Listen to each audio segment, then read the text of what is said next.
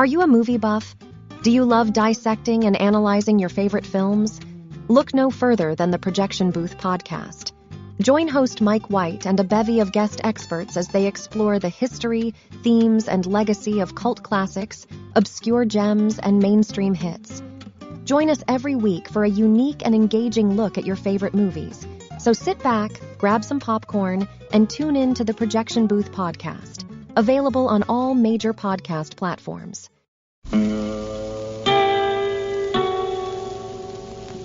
Hello, filthy movie lovers. My name is Gentry Austin. And I'm Casey Scott. And we're the hosts of the Sin Syndicate, film podcast for something weirdos, anti-criterion bros, and Joseph Sarno aficionados. Join us semi-weekly as we peer into the adults-only theaters and sticky-floored cinemas of the golden age of sexploitation, when the morals were loose, the laws were murky, and the intercourse was all simulated. Find us now on the Someone's Favorite Productions podcast network.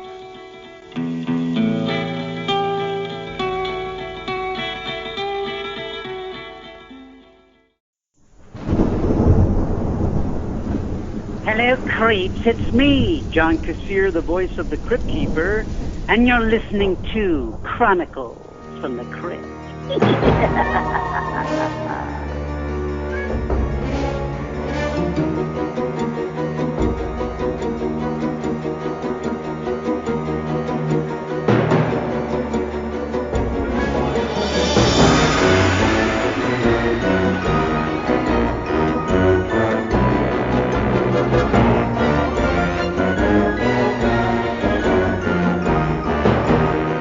I'm Casualty Chris.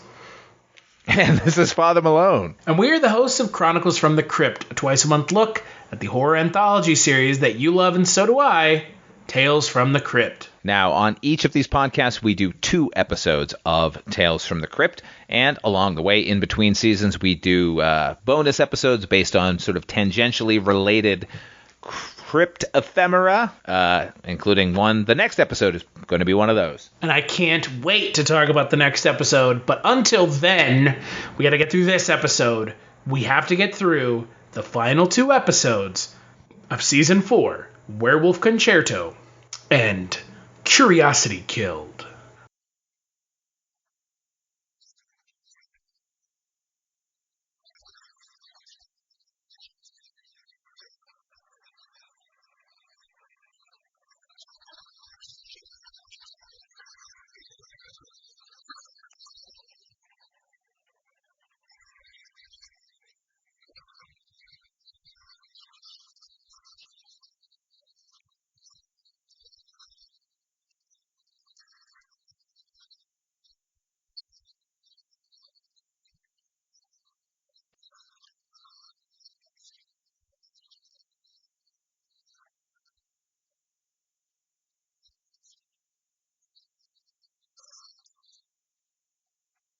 So Werewolf Concerto aired September 9th, 1992. It is directed by Steve Perry, written by Scott Nimmerfro, and it stars a whole bunch of people. Dennis Farina, Timothy Dalton, Beverly D'Angelo, Reginald VelJohnson. Charles Fleischer is there for, he wandered off the Demon Knight set? Sure did. And Wolfgang Puck. Inexplicably. For whatever reason, in the Mountain Resort. Classing it up. So the episode focuses on Timothy Dalton as a werewolf hunter who is at a hotel at the same time a werewolf seems to be going berserk. Coincidence? I don't think so. Also, is it kind of weird that Walter Gotell and Timothy Dalton are in a movie together or in an episode of this, and they were also in James Bond movies together? I think it's wildly appropriate.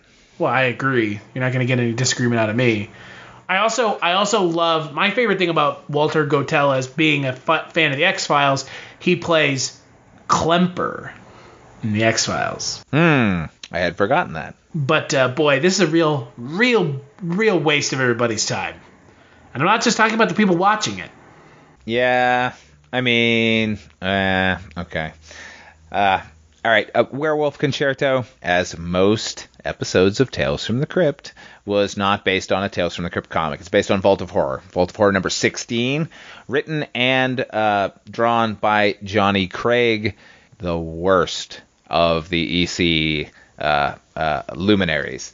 The script for this, the episode that we get, is very close to the original comic. In the original comic, it is less of a murder mystery. It's just that they know that there's something killing people out there, and in this case, in the comics case, they feel like because the murders have been happening, that they need to hire an entertainer who will come and boost the credibility of the hotel once again to reinvigorate sales. So they end up bringing in this opera singer and her giant piano, and then it turns out that, oh my God, she's a vampire. So that's the spin they put on the episode. They turned it into more of a who done it. But ooh, the answer to that question: who cares? Who cares? Yeah. Because not only do we get a misdirect, we also get a misdirect on one of the characters being a Nazi. Yeah, that was a little weird, right? Well, I mean, it's a misdirect with inside of a misdirect, and neither one of them land, so great. Yeah, it seems, as a lot of Scott Nimmerfro's episodes seem, a little overly complicated, while trying to hew toward the more comedic episodes of the show, which never works. Man, doesn't it seem like every time they get a comedic episode, like everyone involved just sort of decides, well, we're going to fucking ham it up now. Whereas if they played it straight, the humor might come off a little more meaningfully. Yeah, I don't understand what it is with the humor in this show. The humor hasn't yet to land. I mean, I think it landed a little bit with the Christopher Reeve episode. But it was still horrifying. A lot of the I think a lot of the jokes were like super obvious, but like it seemed that nobody in there was interested in doing a comedic performance. Right. They knew that the situation was comedic, just for its absurdity, so they played it as straight as possible. Always works best. Like, remember, like Leslie Nielsen, I think most people will think of him as a comedic actor, but like his comedy was based on the fact that he wasn't a comedian. So like as his career went on, he kept sort of hamming it up and like being the clown, like, going for the big laughs.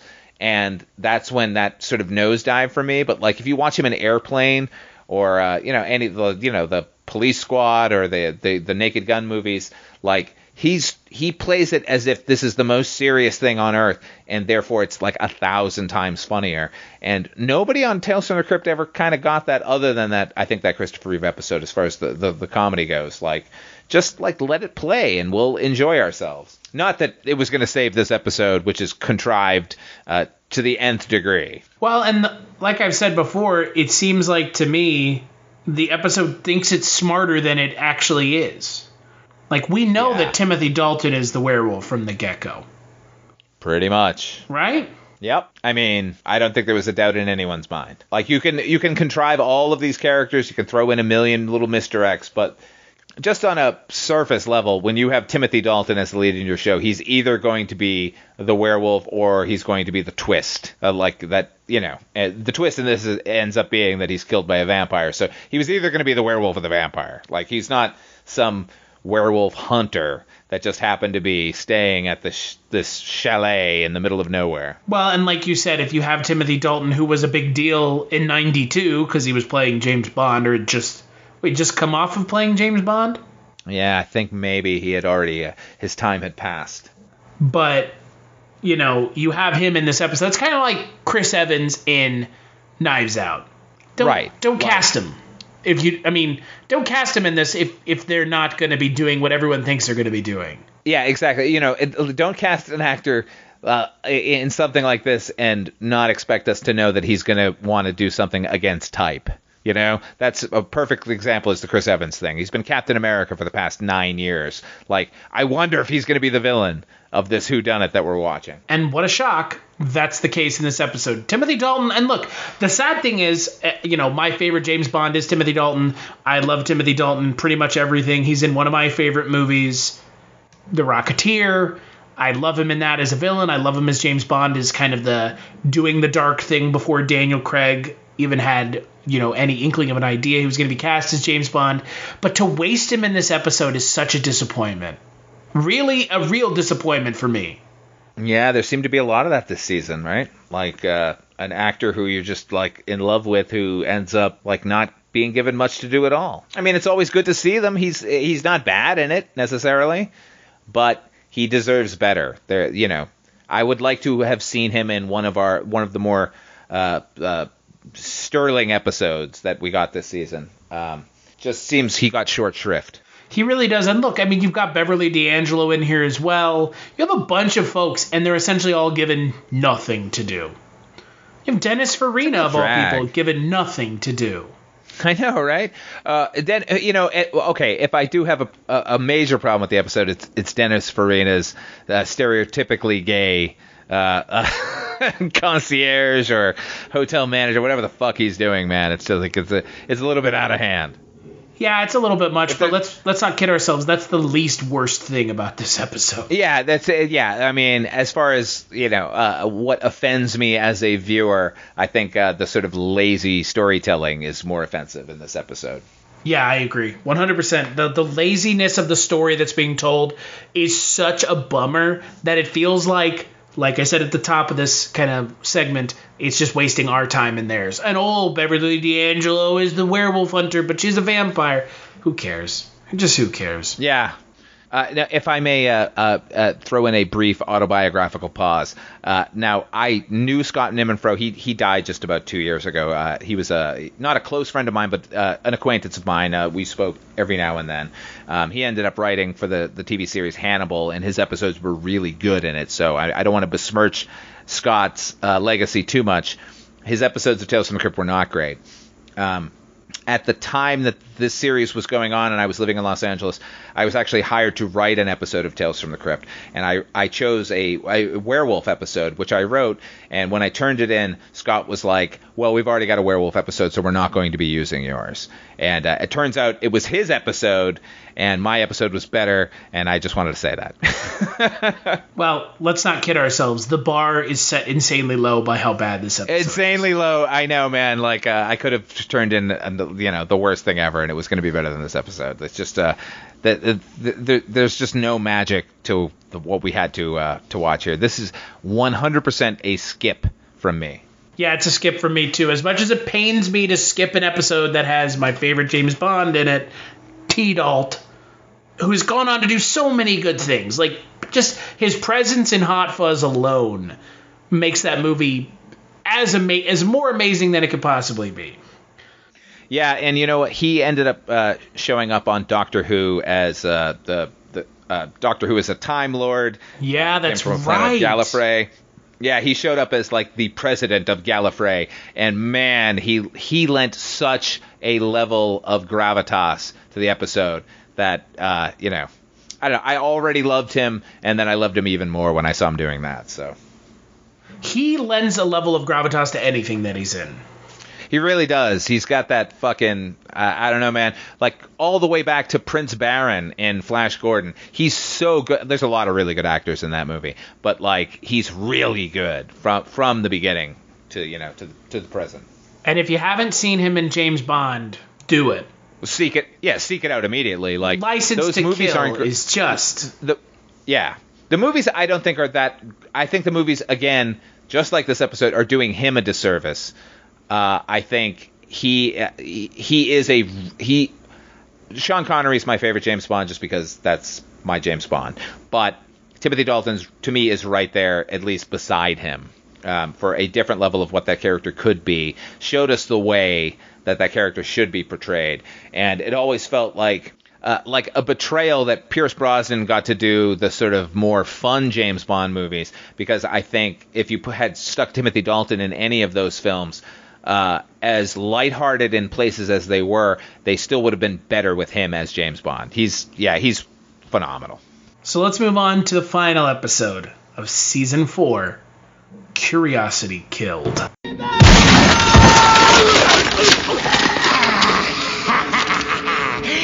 glad you could drop in, Kill Seekers.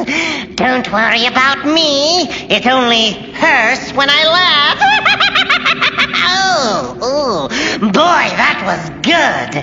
It's even better than hang gliding. Of course, some folks would rather keep their feet on terra firma, like the people in tonight's putrid piece. They're spending a nice quiet weekend in the woods, going hot to nature.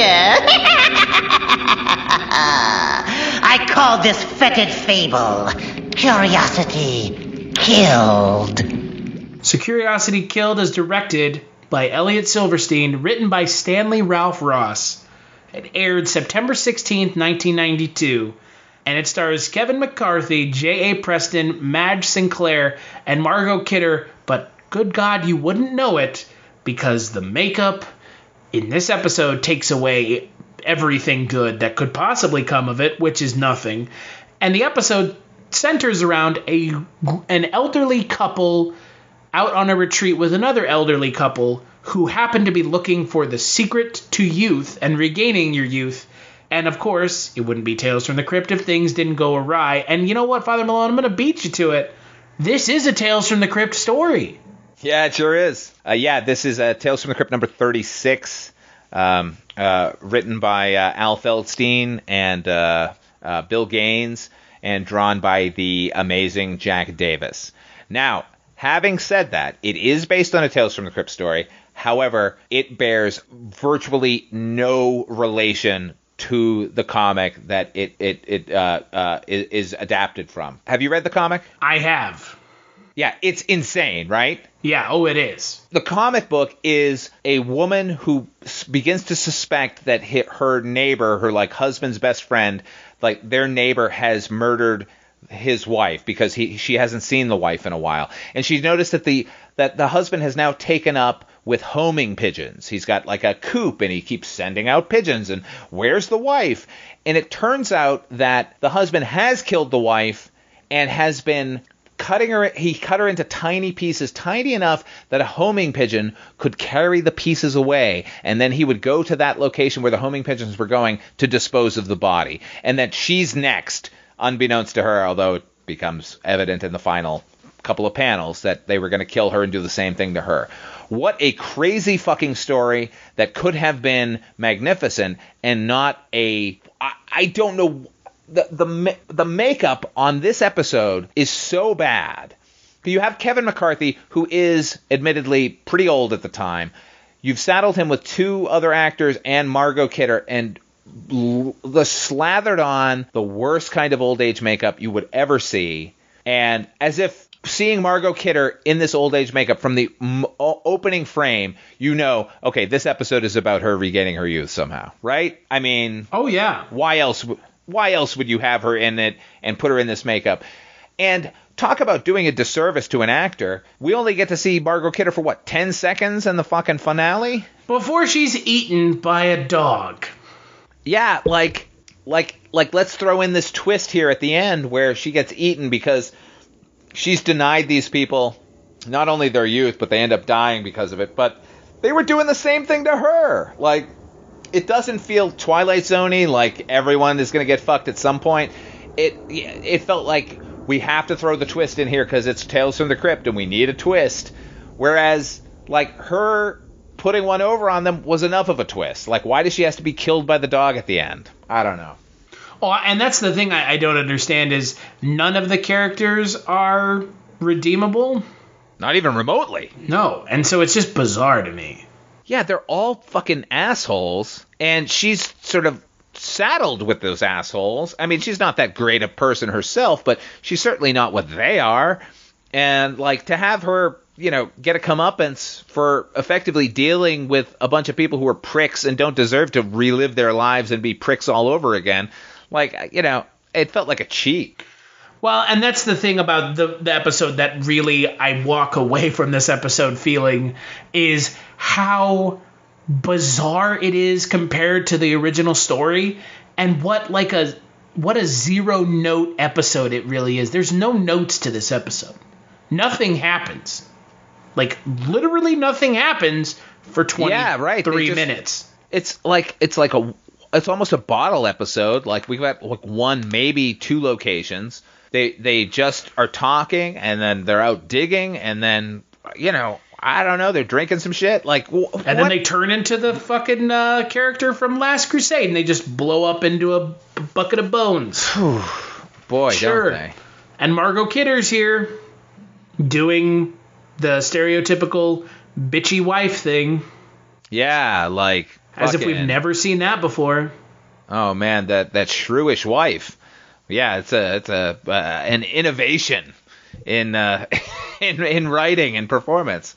Like, I don't know. We've said this a lot. You got to wonder who's fucking running the boat, who's, steering the ship here. Like, this is how you're going out? This is the episode. It's a little over a year until the next season in real time, and this is the bad taste you're leaving in everyone's mouth. Like, yeah, like, so now for the next 6-9 months, a year, you're like, oh, I can't wait for Tales from the Crypt to come back on because it really left an impression on me. Like, no. And what's funny is about that, like, I don't necessarily remember, like, seeing this episode and thinking those thoughts, but I did have a sense at the time while I was watching it and it was airing, like, I don't necessarily need to tune in every week. Like, if I miss one, that's okay. Like, this is season 4. They should be all awesome. Well, and that's the thing. This episode, and I quote, to quote the Bible, sucked a fat one. Because it had there's so much going on that's bad, and there's so many angles to look at it as being a poor episode. It's the finale of season 4. We're essentially halfway done with the show at this point because there's only 3 more seasons left. It's the only time that we get to see Margot Kidder and Kevin McCarthy on the show, and they're both fantastic actors, and they're completely wasted.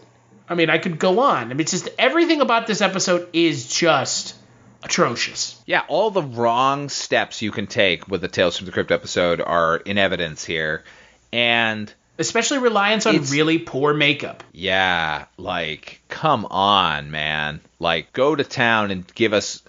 I could maybe look past the supporting characters' makeup not being great if Margot Kidder's makeup had been great, but even that is not great. It's just like a slowly melting wax figure, and that's old. It's real bad. Little Big Man, this is not. This is, this isn't a Dick Smith level of makeup going on here. This is just good enough, which is, I think, a good metaphor for this season entirely. Good enough. Does it have the twist? Okay, cool. So let's actually get to that. So, like we do at the end of every season, we talk a little bit about the season as a whole.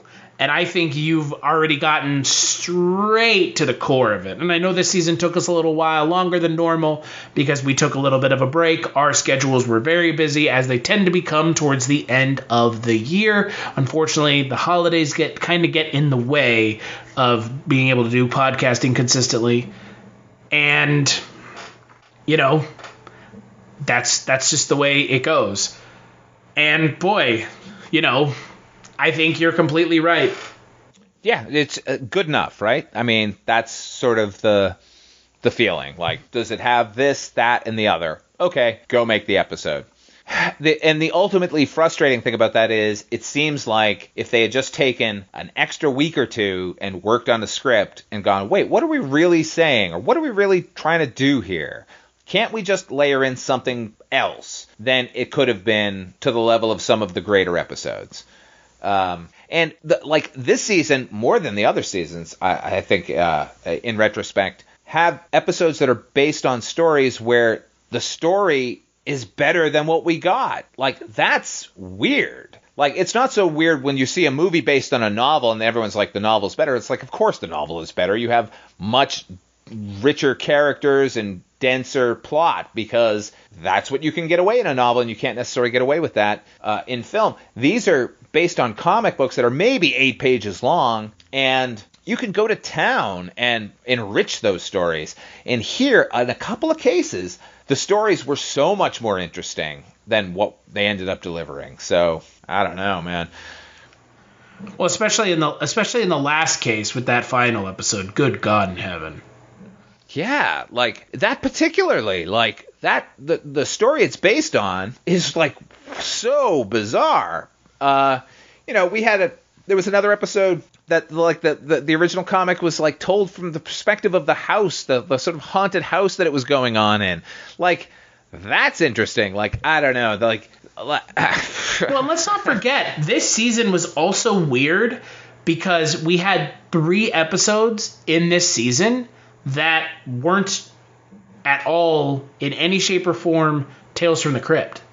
That's true. We had a trio of Two-Fisted Tales that, you know, was a pilot for another television series that they just sort of crammed in and gone, like, again, good enough. Like, it's as close to Tales from the Crypt as it can be, right? Like, you know, there's some kind of a twist in there. Like, they're ghost cowboys. That's Tales from the Crypty, right? Right. Well, you know, sure. Yeah, like, it's more Tales from the Crypt than the other 2 episodes. Certainly. I mean, one is a straight up war story with a bit of irony, and the other one is just an action thing that has no irony in it at all. It's like the least Tales from the Crypt that you could possibly get. Just people driving fast. Like, that's the plot. So, I mean, I understand that, you know, these are the producers of the show, and they got that pilot made, and they don't want it to just go to the wayside, so they want it to be exhibited in some way. But at the same time, like, those are, I mean, I like Yellow a lot, so I'm not going to take anything away from that. But like the other 2, those are 2 spots where we could have had another adaptation of a horror story, a supernatural story that would be more in keeping with the Tales from the Crypt EC tradition, and they just kind of pissed it away. Well, and you know, that's the thing. The thing that's weird is there is this kind of 3-episode respite of things that are not Tales. But I do think you're completely right. This is the missed opportunities season. In every way. Yeah, I mean, you know, we normally do this at the end of every season. If you've been listening along with us, at the end of every season, we've been doing this thing where we talk about our favorite episodes and our least favorite episodes. Can you even pick a favorite episode this season? Yeah, I mean, the name is escaping me right now, but the Christopher Reeve episode I thought was worthy. I thought, yeah, you know, okay, yeah, I think that's got to be it, right? That or Split Personality. Yeah. Oh my God. I mean, you know, look, there was no episode this season. Every season previous to it, there's an episode where I could just automatically point to and go, "That's a great episode." This one did not have a great episode. It had episodes that were good enough. And I think in that case, that particular story, like, I enjoyed it sort of beginning to end. Like, we've already mentioned, but like the comedy episodes on Tales from the Crypt tend to be played really broadly and not are not effective in any way. I think that's the one episode that kind of the actors and maybe the director kind of grabbed the tone that this is a comedy episode, but we're going to play it straight, and therefore let the dark humor sort of percolate, as opposed to just like wacky sound effects. So that's my favorite episode this season. I think you agree with me, right? Like, I completely agree with you. I mean, Split Personality is a close second, but that's just because I love Joe Pesci as an actor. Yeah. But yeah, I mean, it's got to be What's Cooking, because thinking back on it, the way I think about episodes of this show, like being quality, is when I think about Tales as a show, do I think about this episode when I talk about the great episodes? And if we're going to create like a playlist for the show, which I think probably towards the end we should maybe come up for like a playlist of like a best of for the show for people to watch, as like you don't need to watch the whole show, you can just watch some of these episodes. I think this would make the playlist. I think What's Cooking, I think Split Personality might make the playlist, but as for everything else for this season, I think Split Personality and What's Cooking are the only 2 episodes that would make the playlist of episodes worth watching from this season.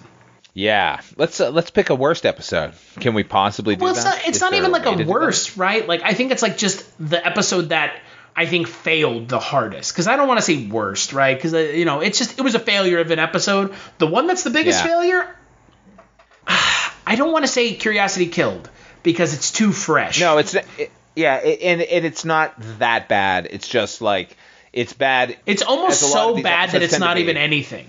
Right. It's just kind of there. Like, it didn't like anger me. I didn't feel like I wasted my time with it, because there's something to draw from it. But for me, it's the Blythe Danner librarian murder episode. You liked that episode, though.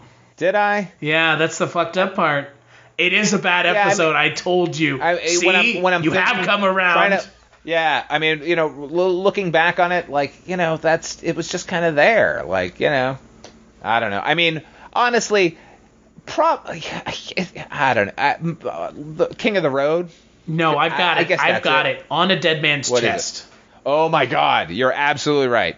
That is ridiculous. Doesn't even feel like a Tales from the Crypt. Yeah, that episode is legitimately awful. Yeah, real bad. That fucking guy is so unappealing. Yeah, I take it back. Blythe Danner, I love. She's, I can watch her doing whatever.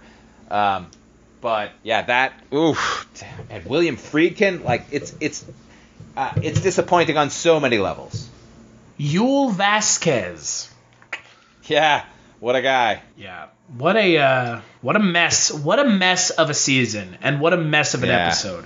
It's one of those things where, like, we've had this conversation. It seems like we have this conversation more and more often. I remember this show a lot more fondly than it somewhat even deserves. Yeah. I mean, and look, we love this show. We wouldn't be doing this if we didn't. Do. I can go back. I'm sure I feel the same way about, like, X-Files. Like, at the time I was watching it, I loved every single episode. I think if I were to go back and sit and watch all 22 episodes per season, I would say these 3 are great, these 2 are okay, and then the rest are just kind of filler. You know what I mean? Like, I'm with you. As someone who has gone on the record as saying multiple times that the X-Files is their favorite show, which it is for me. And look, let's not kid ourselves. You know why I've never done an X-Files podcast? Why would we? There are so many X-Files podcasts. The Kumail Nanjiani X-Files podcast essentially got the show back on the air, and he went on the show and was part of the show and part of the cast of the show. So at this point, I would say, and I don't know how you feel about this, there's no need for another X-Files podcast in the history of podcasting. It's just, unless you can do something truly unique, no one cares about anyone's opinion on X-Files. And unlike with Tales from the Crypt, where there are several other podcasts, but it's not like the market has been cornered. No, and all those others are garbage. Okay, but I'm not going to go that far. Yeah, I will. I'll do it for either. They're not good. You're listening to the best one if you're listening to the show. But it is like, like, let's do, like, I have a movie review podcast. Like, let's do one about Jaws. Like, what the fuck can we say about it? You know what I mean? Like, it's done, man. Like, we're creative dudes. Like, at least I think we are. But that's confirmation bias. But even we can't say anything about Jaws or Close Encounters of the Third Kind's a good movie. Yeah, it is. Okay. Yeah, I mean, good.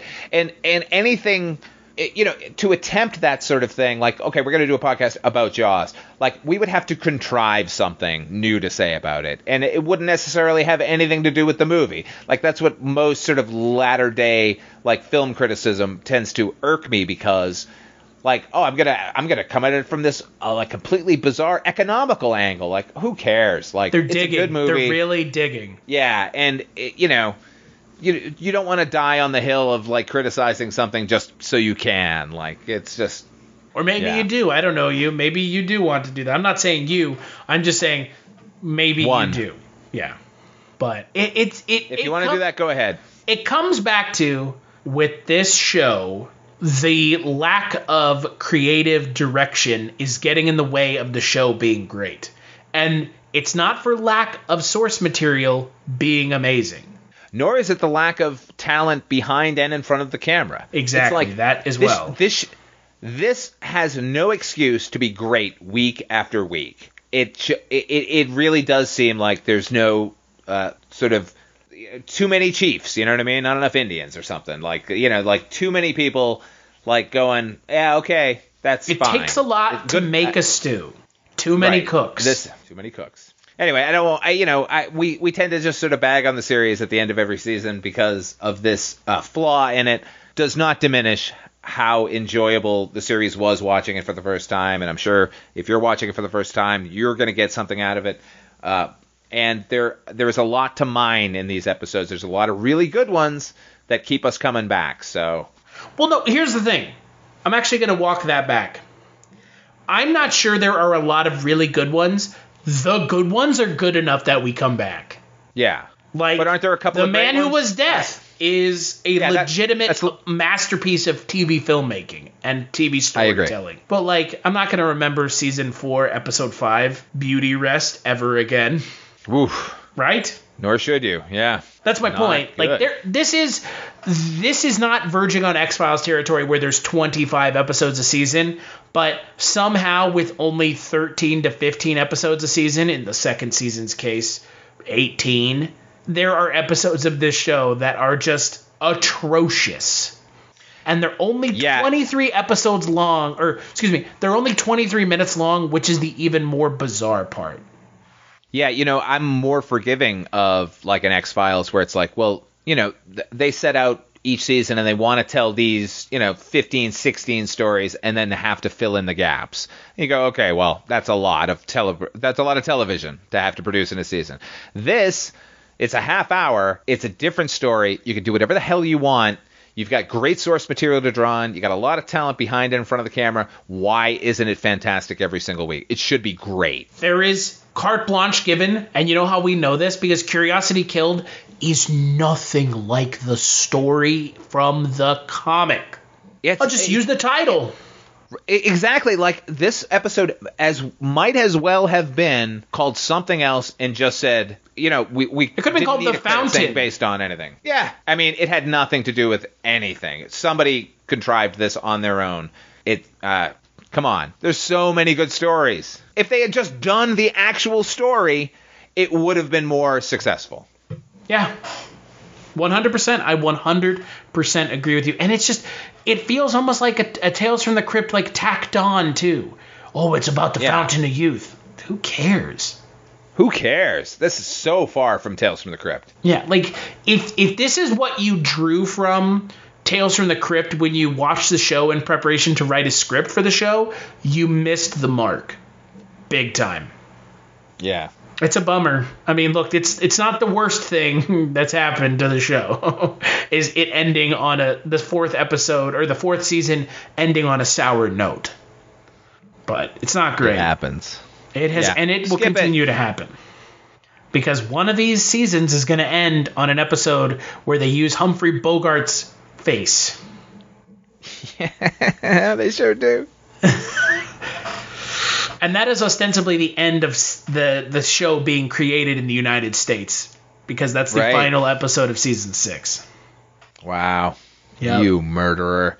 They were talking to Zemeckis. He killed the series. So, just so you're aware what the next episode is going to be, Father Malone, would you like to tell everyone what we're going to be talking about in our next bonus episode before we get to season 5? Absolutely. Our bonus episode, which you'll be listening to next week or 2 weeks from now, is the first theatrical release under the Tales from the Crypt banner put out by these folks. There was a Tales from the Crypt movie that we've already discussed in a previous bonus episode. We're going to be talking about Tales from the Crypt presents Demon Knight with William Sadler and Billy Zane, and Jada Pinkett is in there. Charles Fleischer is also in there, and directed by Ernest Dickerson. I'm excited to talk about it. It's a great movie. I like it a lot, and I know you don't. I do not. I'm going to watch it again. There are parts of it that I find very appealing. There's a lot of concepts in it that I like a lot. I feel... Oh, well, we'll talk about it in the episode. Big Billy Zane, let's just put it that way. And it is the show, and it is, I also believe it is the movie's 25th anniversary. Yay! So, yes, it sure is. The film came out in 1995. I'm looking forward to it. I really look, and maybe rewatching it with critical eyes is gonna change everything, but I do know that Demon Knight is the reason that I am doing this podcast, because many years ago I sat down and watched Demon Knight because I hadn't seen it forever, and I remember thinking to myself, man, it would be cool to talk to William Sadler about Tales from the Crypt, and then here we are. Lo and behold. William Sadler talked to us.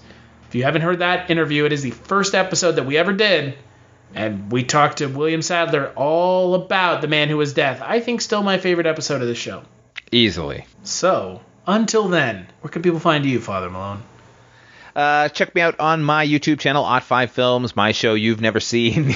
Yeah, you can check that out. You can also hear me over on Dreams for Sale, the Twilight Zone 85 podcast about the only good iteration or reboot of the Twilight Zone back in 1985. And occasionally you can hear me over on the Culture Cast guesting. I'm a permanent guest. It's true, so I've heard. It's a real thing. You're there, I'm there. Make sure to check me out on the One Season Show, where I talk about TV shows that only lasted one season with my good friend Jess Byard. She's been here when we talked about Creep Show. You want to know why we didn't finish talking Creep Show? Because I don't think any of us could make it through it. Yeah, it was real bad. You can also find me on the Life and Times of Barney Miller, a Barney Miller podcast where we talk about the TV show Barney Miller. That's it. Those are the places you can find me. ChroniclesFTC.com is where you can find us on the internet. Chronicles FTC on Twitter as well. Big thanks as always to John Kassir, the voice of the Crypt Keeper, for interviewing with me. You're going to hear that interview next season when we talk about Oils Well That Ends Well. The first episode Father Malone and I ever recorded together, and we ended up just redoing the entire show. Yeah. We're closing in on it finally. We're almost there once again. And big thanks to him for doing the intro, outro. Thanks to him for the intro for Chronicles from the Crypt. We'll catch you on the next episode.